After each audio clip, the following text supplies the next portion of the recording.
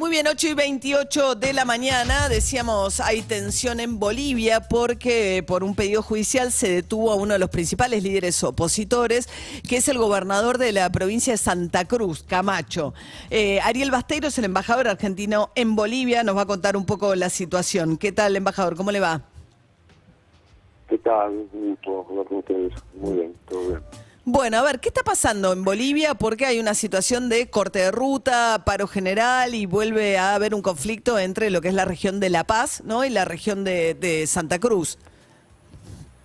Sí, el motivo fundamental, como bien dijiste, Fernando Camacho, quien es el gobernador de Santa Cruz, fue convocado por la justicia en 3 oportunidades, entre septiembre y ahora, y diciembre, para que declarase como testigo, como imputado en lo que se conoce como una causa judicial que se conoce como juicio, como golpe de Estado 1, donde se está analizando, investigando las responsabilidades de muchos dirigentes en lo que fue el golpe a Evo Morales en noviembre del 2019. En esa misma causa, por esa misma causa, Jeanine Áñez está presa con una sentencia de 8 años desde hace ya 4 meses atrás.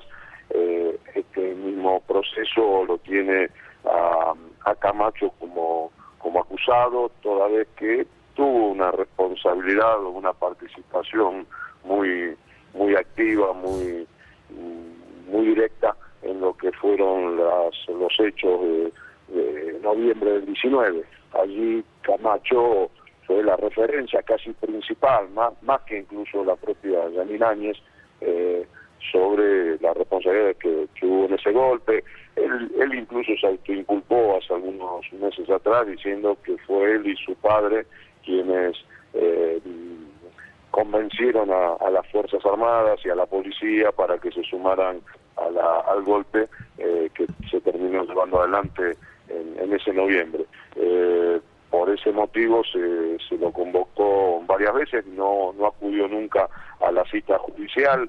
El fiscal incluso en algún momento viajó hasta Santa Cruz para tomarle declaración en Santa Cruz, tampoco quiso apersonarse ante el fiscal general quien había viajado para ese fin, y después termina sucediendo anteayer lo que sucede normalmente cuando alguien no acude a varias convocatorias judiciales. Lo detuvo la policía, lo trasladó hasta La Paz para obviamente tomarle declaración. En la tarde de ayer se le tomó declaración y casi ya está confirmado que le van a dar prisión preventiva durante 6 meses por temor a que se le profugue, a que... Pero es un gobernador en ejercicio... A ver, embajador, perdóneme un segundo.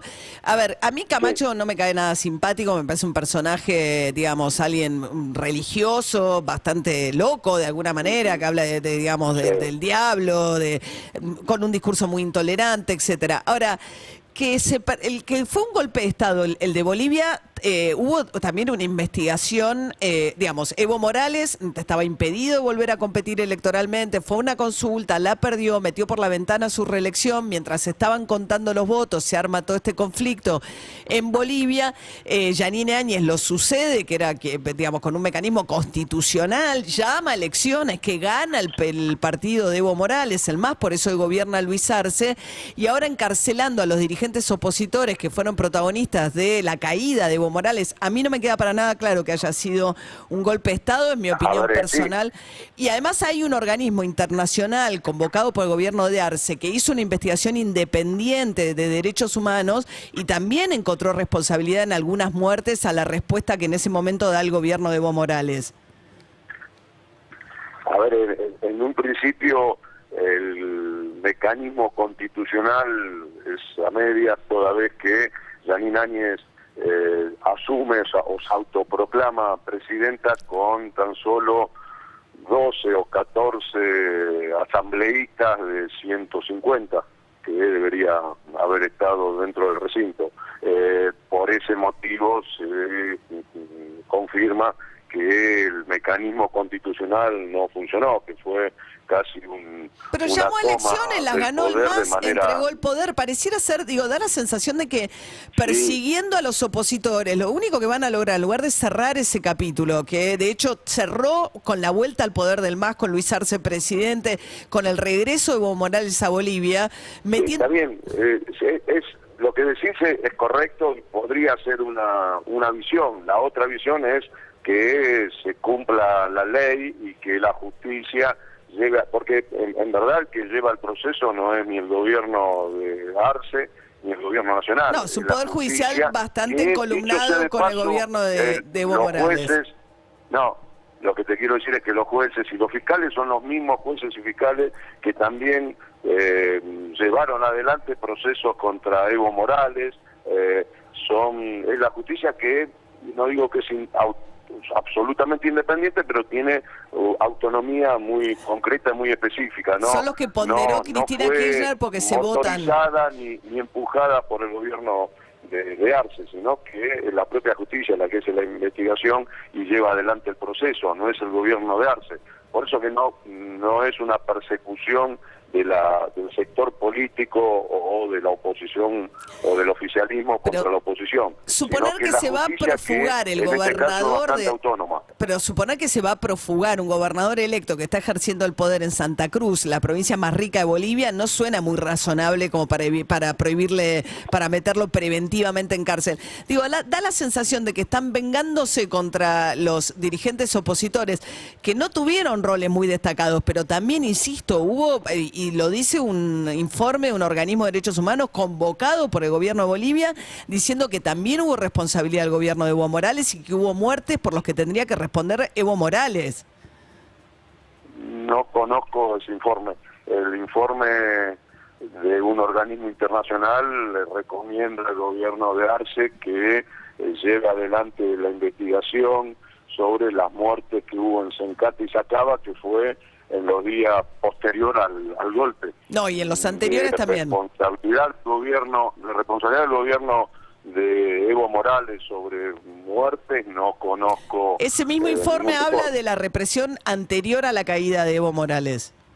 Pero en todo caso, no se trata de equiparar no lo que da las... que yo sepa, no hubo tal represión antes del golpe de noviembre del 19. Sí, mientras estaba en el en el recuento de los votos, cuando se frena el recuento de los votos. Pero bueno, en todo caso, está bien. No, pero ahí no hubo ni represión, ni hubo ningún muerto, ni hubo ninguna situación irregular. Al contrario, el tema de que se pare el recuento de votos fue un hecho que ya en más de una oportunidad se ha explicado.